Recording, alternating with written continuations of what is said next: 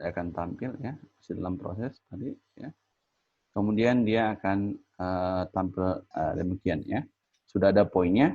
Jadi langkah yang kedua adalah mengkonversi poin dan poligon ini ke dalam save file dengan cara klik kanan di poligonnya ya. Kemudian ekspor data ya. Kemudian kita simpan di dalam directory ya. Jadi di dalam Project.js, dalam membangun Project.js, kita harus mempunyai struktur data yang bagus. Jadi misalnya proyeknya adalah proyek GIS, proyek 3J, Sistem Informasi Geografi, kemudian di dalamnya itu harus ada folder. Kita buat lagi folder-folder, ada proyek GIS, ya untuk nanti untuk nama proyeknya untuk membuat petanya, MXD-nya, kemudian ada master data ya. Data secara umum yang kita gunakan, kemudian ada mikrodata, ini adalah data-data yang digunakan dalam menganalisis, misalnya nanti ada aspek lereng, kemudian ada lereng, ada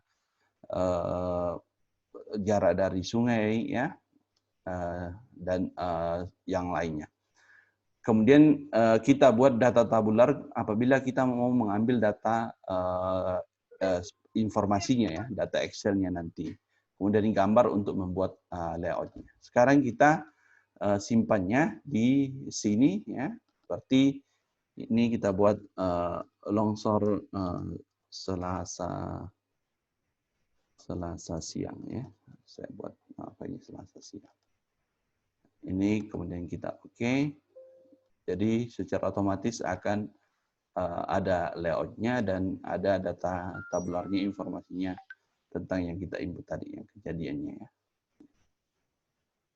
Kemudian yang berikutnya adalah untuk poin batas dasnya ya, nanti sebagai titik untuk batas das ke atasnya nanti kita pilih ini. Kemudian kita langkah yang sama kita ekspor datanya ya. Jadi kemudian kita gunakan dia poin das 3 misalnya saya buatkan. Oke. Jadi ada. Jadi kita punya data itu sudah ada, kita remove saja yang layernya. Kita sudah punya data point ya, batas untuk buat batas dasnya, dan kita sudah punya data longsor. Oke, sekarang kita akan membuat analisis hidrologi untuk membuat wilayah studi kita. Berarti analisis yang kita gunakan adalah analisis hidrologi. Dan untuk membantu kita supaya tidak berulang-ulang melakukan kerjaan yang sama, kita menggunakan mode builder ya, yang kayak jaringan ini. Kita klik aja mode buildernya, ini adalah mode buildernya ya. Kemudian kita memulainya dengan melakukan analisis hidrologi. Kita buka di spatial analysis yang di bawah ini. Kemudian ada analisis hidrologi ya. Yang pertama adalah kita menggunakan fill ya. Jadi data fill ini yang kita fill adalah data dem yang sudah saya tugaskan kalian untuk dikumpul untuk disiapkan ya untuk minggu ini. Kemudian kita buka data fill itu, jadi data dem itu ya, kemudian kita tampilkan ya. Oke, ini. Jadi data dem yang saya gunakan ini adalah data dem yang sudah saya potong ya. Jadi kita potong dulu sesuai dengan wilayahnya supaya pada saat analisisnya itu tidak terlalu memakan waktu yang lama ya.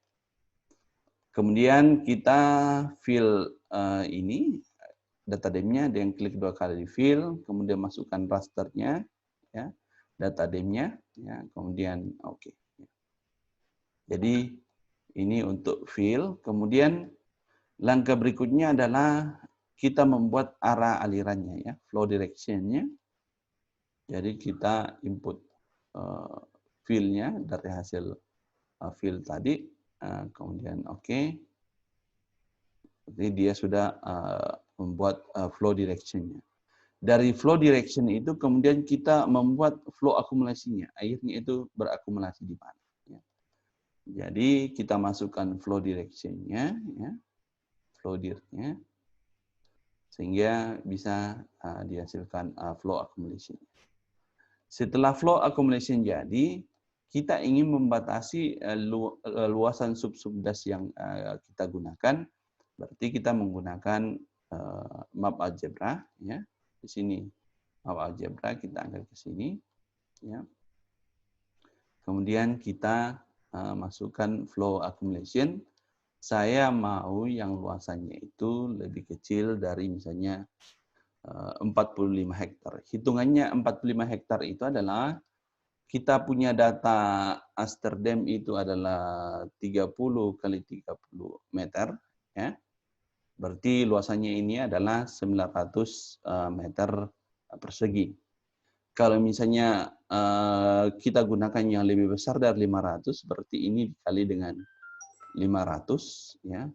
Berarti 5 kali 4 itu 45.000.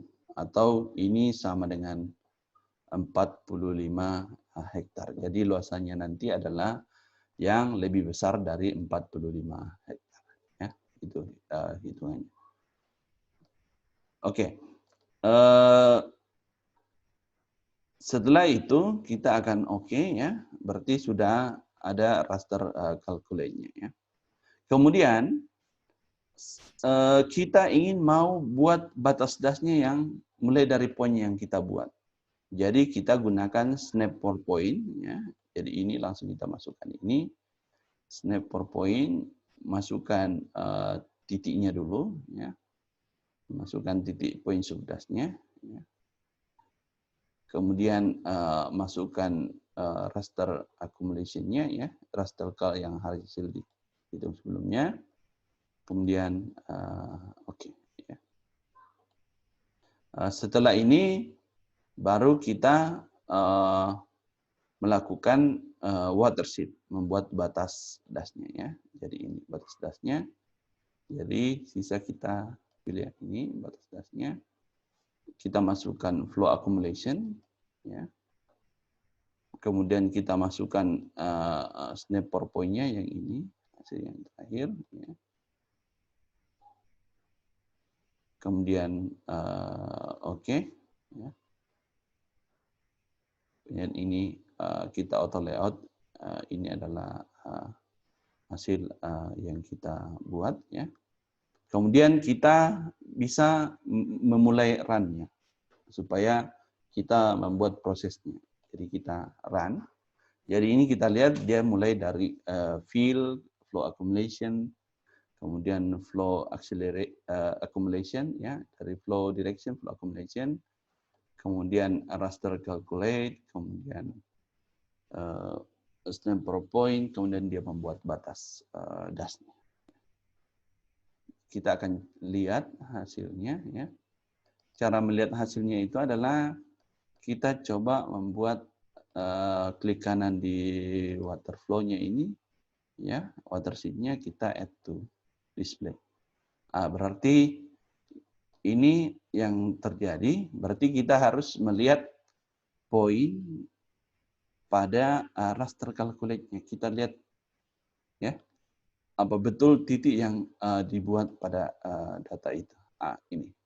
Berarti data kita itu ada missing sebenarnya. Makanya untuk memperbaiki itu sisa kita harus hapus dulu yang poin ini, ya. Kita hapus saja ini. Kemudian kita perbaiki data poin data kita angkat ke yang aliran sungai yang ini. Klik kanan, edit, ya, start editing. Kita start editing, kemudian kita angkat titik ini ke sini, ya. Kemudian kita stop editing, ya, supaya dia tersimpan datanya. Kemudian kita mulai memperbaiki snap for point ini. Kita input kembali data yang poin das ini, ya. Kemudian raster, oke. Saya akan coba ulangi. Kita hapus per point. Oke, kita masukkan lagi snap per point, ya, supaya ini snap per point. Kemudian kita masukkan point subdas, masukkan raster calculate, ya, dari flow accumulation-nya dihitung. Nah, kemudian kita nyambungkan lagi DAS-nya ya. Flow direction, input raster, snap per point 17. Oke. Kemudian oke. Oke, kita ulangi run. Jadi hanya memproses mulai dari situ. Jadi inilah gunanya Moody Builder, tidak perlu lagi kita mulai dari awal ya. Jadi ini coba kita tampilkan. Tampilkan itu display. Ini. Jadi ini dia sudah buat batas DAS-nya ya. Tapi ini masih dalam data raster. Kemudian kita akan convert ke dalam data vektor ya. Caranya adalah sisa masuk ke conversion tools ya. From raster to polygon. Kita angkat ke sini. Bisa kita klik 2 kali. Kemudian kita input rasternya ya, watersheet ya. Langsung masuk ke sini ya. Kita auto complete. Jadi ini adalah DAS-nya. Kemudian kita akan memperbaiki nama DAS-nya ya. Langsung kita simpan di microdata, misalnya namanya sub DAS 3 misalnya. Oke ya, berarti ini udah jadi sub DAS-nya. Ini bisa kita run lagi ya. Kita run lagi. Kemudian kita tampilkan hasil dari ya, ini adalah hasilnya. Oke, sekarang kita akan membuat sungainya ya. Sungainya, jadi ini adalah belum ada sungainya, kita buat sungainya, kita masuk di heat analysis hidrologi, baru stream order ya. Kita masukkan stream order di sini. Kemudian kita klik 2 kali, masukkan stream rasternya yang raster calculate yang hitungan luasan 45 hektar minimal subdasnya ya. Kemudian masukkan flow direction-nya, arah alirannya. Kemudian oke, kemudian kita perbaiki susunannya supaya dia langsung membuat jadi ini stream order. Kemudian dari situ kita ini kan masih dalam raster, kita buatnya dalam vektor, kita stream to feature ya. Stream to feature. Kemudian masukkan stream rasternya ya. Masukkan stream rasternya, kita pilih ini. Kemudian flow direction-nya, arah alirannya ya. Kemudian oke. Kemudian kita perbaiki lagi. Jadi ini dia. Kemudian nanti kita maunya sungainya yang kita mau ambil adalah hanya dalam wilayah kita. Berarti kita potong ya sungai ini berdasarkan DAS kita. Berarti kita gunakan lagi data clip ya. Kita gunakan analyze tools. Kemudian kita klik kiri, baru drag ke sini, baru kita input feature yang akan dipotong. Ya, ada stream 14. Kemudian pemotongnya adalah subdas yang kita buat ya. Kemudian namanya ini bisa kita ganti dengan sungai 3 ya. Sungai 3. Oke. Jadi ini adalah sudah jadi ini bisa kita run kembali ya. Kita lihat nanti hasilnya gimana.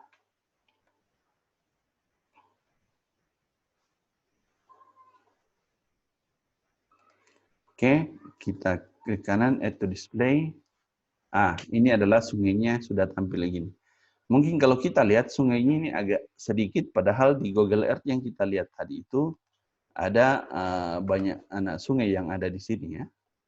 Ada banyak sungai. Berarti sisa kita turunkan saja tadi di perhitungan raster calculate itu ya. Jadi masuk di raster calculate yang awalnya 45 hektar, mungkin kita maunya yang 9 hektar ya. Berarti ini sisa kita ganti menjadi 100.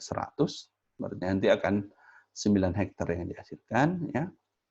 Jadi prosesnya nanti akan dimulai dari sini, ya. Jadi kita mulai analisis, ya, akan mulai dari situ. Kita akan lihat di sini nanti perubahannya. Ya, ini udah mulai berubah ya. Nanti pada saat dipotong akan kelihatan lebih detail masuk di sini.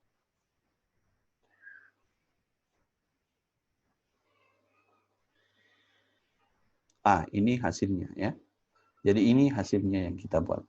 Berarti kita sudah mempunyai data tentang sungai dan subdas dan tanah longsor ya.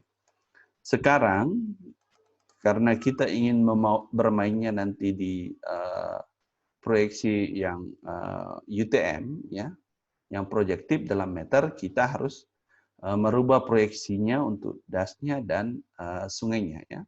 Caranya adalah masuk ke dalam R-Toolbox, kita gunakan Data Management Tool, kemudian Projection and Transformation, kemudian Project. Ya, kita angkat ke sini.